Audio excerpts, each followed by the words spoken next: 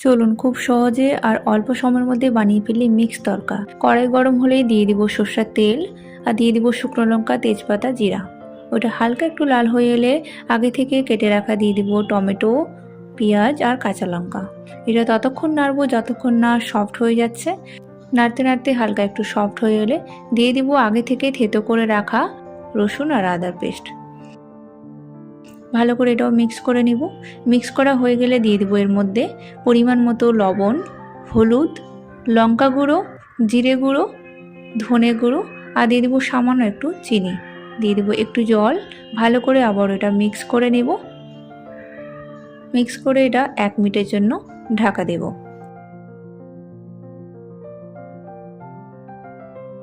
1 minute পর ঢাকা খুলে দেখুন জলটা প্রায় শুকিয়ে গেছে।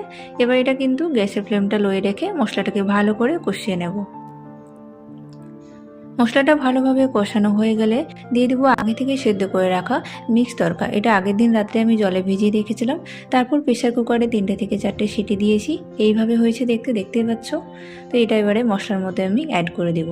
এই মিক্স তরকা যতক্ষণ না বাড়িতে বানিয়ে খেয়ে দেখো ততক্ষণ বুঝতে পারবে না যেটা কতটা টেস্টি হয়। আমি এর মধ্যে অ্যাড করে দিয়েছি জল, খুব একটা দেয়নি, যতটা সিদ্ধ করতে জল দিয়েছিলাম সেটাই আমি অ্যাড করেছি।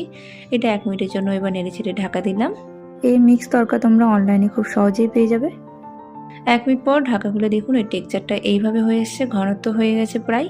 এর মধ্যে দিয়ে দেবো একটু গরম মশলা আর দিয়ে দেবো একটু ধনেপাতা। যে কোনো তরকারির মধ্যে ধনেপাতা দিলে তার টেস্টটা আরও দ্বিগুণ হয়ে যায়। ভালো করে মিক্স করে নেব। এটা কিন্তু একদম রেডি। দেখতে পাচ্ছ এর টেক্সচারটা কী সুন্দর হয়েছে। যেহেতু এর মধ্যে সমস্ত কিছু কেটে আর গ্রেট করে অ্যাড করেছি তাই জন্য টেক্সচারটা খুব সুন্দর এসছে। তরকা এইভাবেই বানানো হয়। তোমরা এইভাবে একবার অবশ্যই বাড়িতে বানিয়ে দেখবে, আশা করি ভালো লাগবে। তরকা একদম রেডি। এটা ভাত, রুটি, মুড়ি যে কোনো জিনিসের সাথে খুব ভালো লাগে খেতে। তবে তরকা সাধারণত আমরা জানি যে রুটির সাথেই ভালো লাগে। এটা খুব অল্প সময়ের মধ্যে হয়ে যায়। চলুন আমার সামনে তো একদম রেডি, আমি এনজয় করি। আপনারাও বাড়িতে একবার ট্রাই করে দেখবেন। সবাই সুস্থ থাকবেন। দেখা হবে পরের একটা রেসিপিতে। টাটা।